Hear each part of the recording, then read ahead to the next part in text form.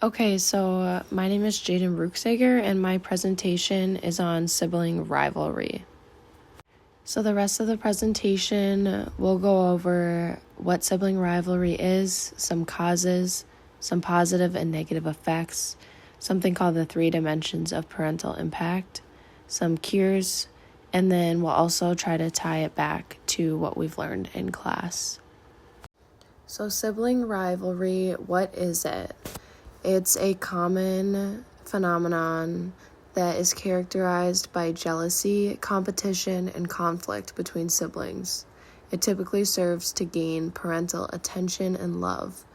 So it is basically a quest from the children to gain attention or love from their parents.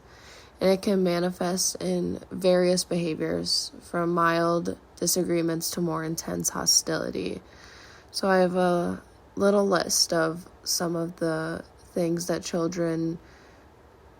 that sibling rivalry manifests in children. So there could be jealousy, competition, fighting and arguing, teasing, name-calling, attention-seeking behaviors, exclusion, ganging up, blaming, desires for fairness, and possessiveness.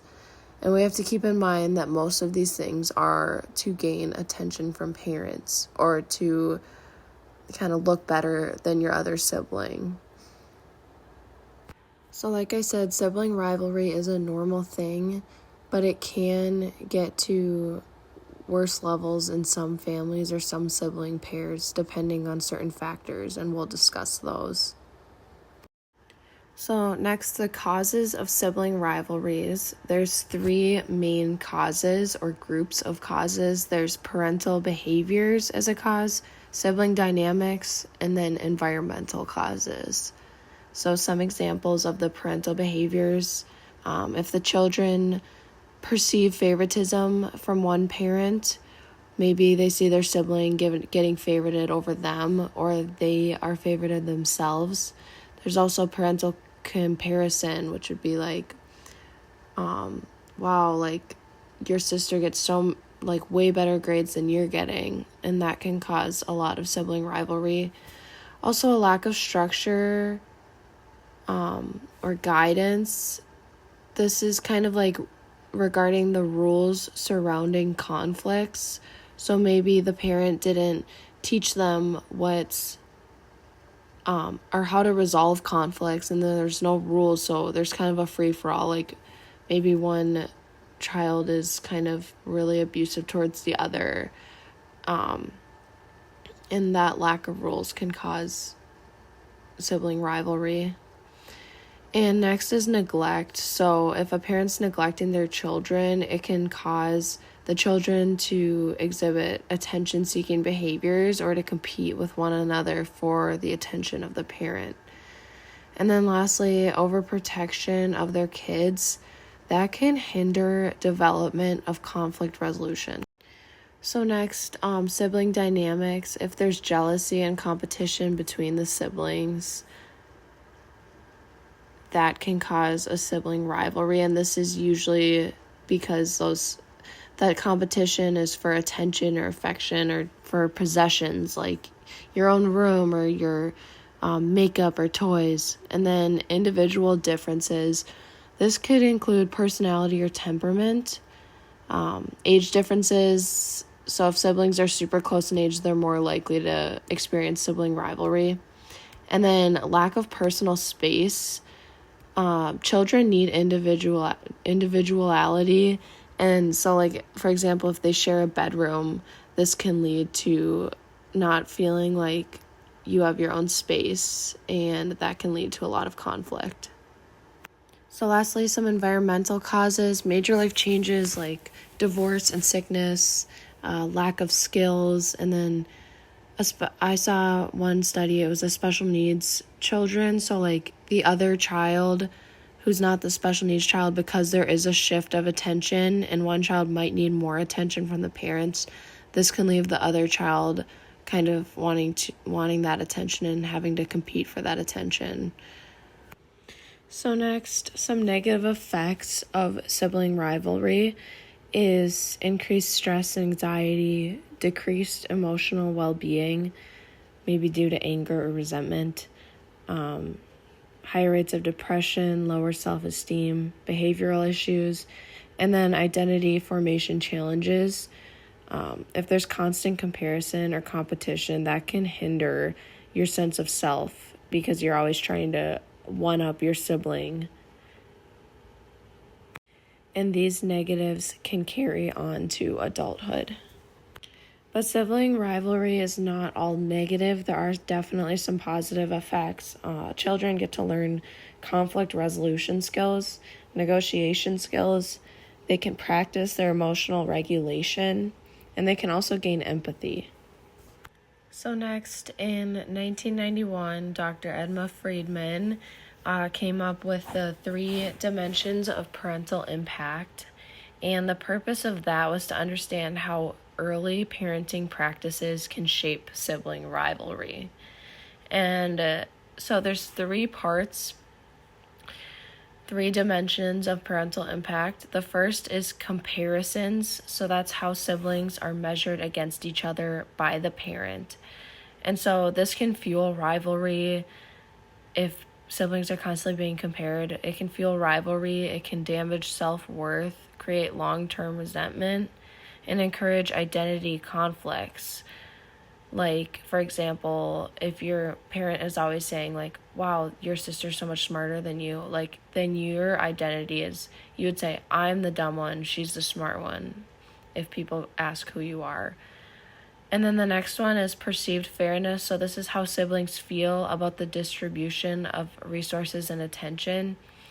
So if there's a lack of fairness, that can lead to jealousy, rivalry, and also affect long-term relationships. And lastly, conflict resolution. This is how or if parents help manage siblings' disagreements. So for conflict resolution, parents can, their modeling matters. So if they teach or model good conflict resolution, their kids are also likely to have good conflict resolution skills. So that kind of explains the parental impact on that aspect. If there's a lack of resolution in arguments, that can lead to lasting tension. So these dimensions are important because each dimension can either fuel sibling rivalry or build strong sibling bonds. So next, let's look at what we can do to prevent sibling rivalry and foster a healthier home and sibling relationships. The most important thing is healthy parenting. So as a parent, you can practice fairness, and that can be fairness in the attention you give, the resources, and the love. You can model good behavior, like good conflict resolution skills, respect for others, and emotional control. You can avoid comparing your children, and you can also give individual attention to your children. That should limit the need for them to compete for your attention, so you can spend one-on-one time with each child. So in one of the studies I found, research number 1 on the slide, I found that if parents support their child's autonomy, competence, and relatedness, that will improve sibling relationships. So these are 3 traits that are displayed by supportive parents, and they usually directly or indirectly relate to a healthy sibling relationship. So just to explain them a little further, autonomy is the emotional control and self-confidence of a child. Competence is the confidence in their abilities. And then relatedness is just providing a secure attachment source for your child.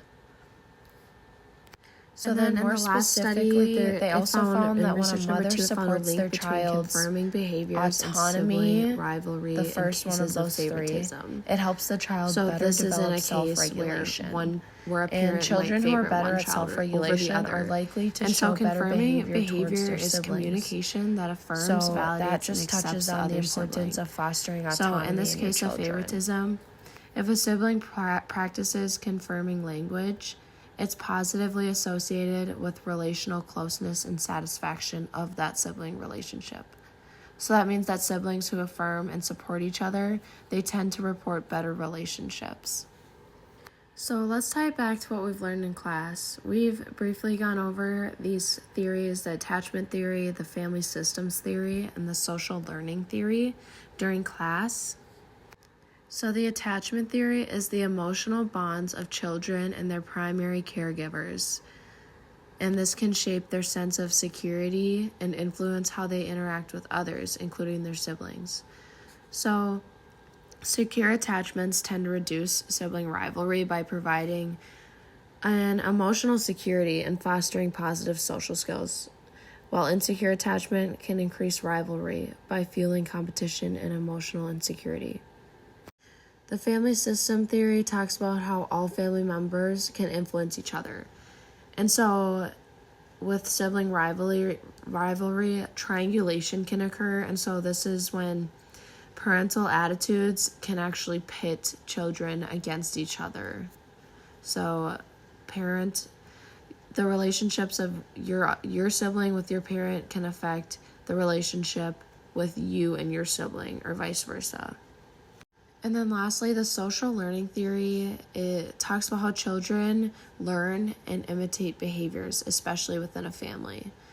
So kind of like how we talked about earlier, an example of this is that parents should be modeling good conflict resolution skills, they should be modeling good respect, and they should be modeling good emotional regulation and control. So the children, they will learn that and they will imitate those behaviors. And if they don't, they could learn bad skills and bring them into their relationship with their siblings.